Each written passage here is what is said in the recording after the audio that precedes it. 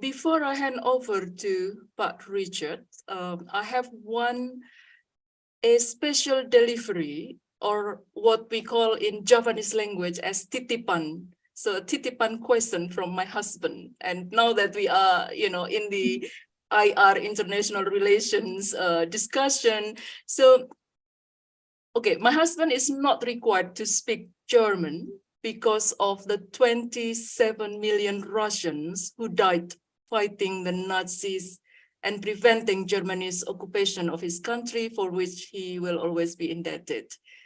How is this history viewed in Russia, given that, for example, Facebook banned part of Ukraine military for Nazism, and then in 2018, I believe the US State Department prohibited the sale of military weapons to the same, for the same reason, only for both sanctions reversed last year. So how is this history and knowledge viewed in Russia today? Well, for Russians, war is the World War II. We call it the Great Patriotic War. Is not something abstract that happened a long time ago, more than 70 years. It's still very much remembered and present, especially for my generation and people older than me, because I still communicated with my grandfather, and my grandfather was an army officer who fought in World War II. Actually, he liberated Kiev from the Germans. And every family in our countries has had or have still relatives, grandmothers, grandfathers, great-grandfathers who fought in World War II, who died, who perished during this terrible war. For instance, I think I've told you this story, Mari, but it's true. It's something that my grandfather and my grandmother told me. My grandmother and grandparents lived in Leningrad. Now it's St. Petersburg. And maybe you know, maybe you don't, that during the war, it was blocked by the Germans for 900 days, around 3 years. So nothing came in, no food, nothing. And people were dying in Leningrad. Several hundred thousands people died from starvation, from bombings. And my grandmother was a medical doctor. My mother at that time was around 5 or 6 years old.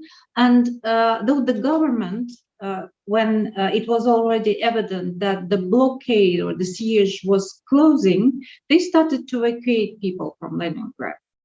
But my grandmother refused to go. She said, "I'm a medical doctor." Sorry, it's my phone. I just.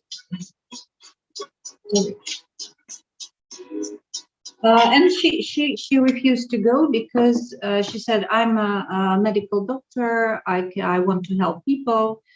And just a couple of days before the blockade closed, my grandfather came in. He didn't listen to my grandmother's protest. He just threw some of the things there in a car, and he took my grandmother and my mother away. After that, the blockade closed. My grandmother and mother spent 3 years in Novosibirsk, in Siberia. When they returned back to Leningrad after the war ended, all their neighbors were dead. In the house they lived, not a single person survived because of starvation and bombing. So my grandfather saved my grandmother and my mom. And I always tell my daughter that sometimes you need to listen to your husband. So my point is that it's still very much, something that we remember, and it's still very much with us. And we need to pass this knowledge to our children, because for them it becomes a little bit more distant. And now in our country, for instance, there is a popular movement. It has not been organized by the government. It's something that came from the people. Every year on the 9th of May, we call it the Immortal Regiment. People just come out in the streets with the photos of their grandfathers and great-grandfathers who fought during World War II, and just march along the streets carrying these photos. And of course, it's very important actually to still to preserve the truth, because now what we see, it is very much twisted. And if you ask an average American who won in World War II, their answer will be the United States. In fact, United States, as you may know, opened the second front in 1944, when it was already evident. So they joined the war actually in 1944, when it was already evident that the Soviet Union is winning and the Soviet Union is entering Europe. And it is Soviet Union, which is now Russia and actually Ukraine, that liberated Europe from fascism, from Nazi. And fascism or Nazi ideology is a terrible one.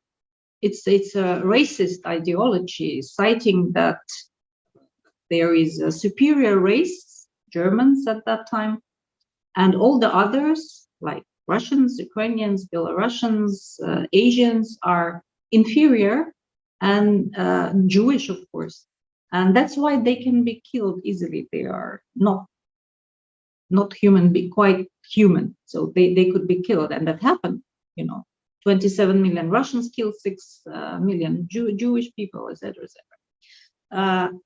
But now Europe and the United States, they prefer not to remember who liberated them, who freed them from this ideology, from German Nazi.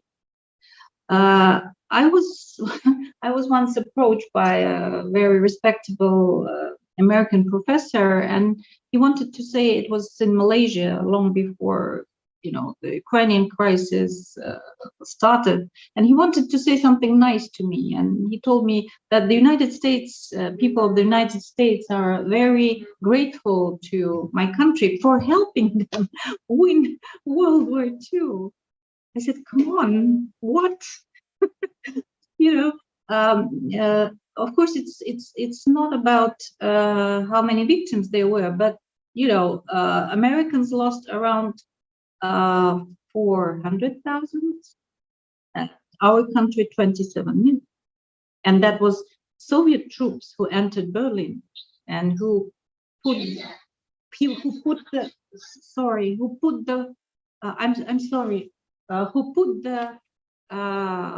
Soviet flag on Reichstag, headquarters of the German government. So now history is being twisted, and actually, in a sense, what is happening in Ukraine, sorry, Richard, for mentioning that again, it's the result of this twisting of the history, because in Ukraine now the Nazi ideology is very much,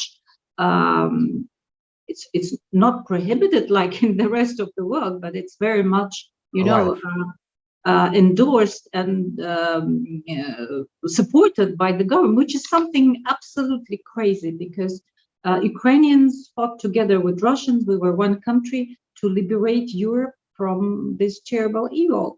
And now they adopt this ideology, but in a twisted way. They proclaim that the superior race are Ukrainians and Western Europeans, and Russians are not quite human. They are inferiors and race, and like President Zelensky once called Russian species. and they can be easily killed. It would not be a crime. So you see, World War II, or the Great Patriotic War for Russians, is still very much relevant. And of course, we need not to forget what really happened.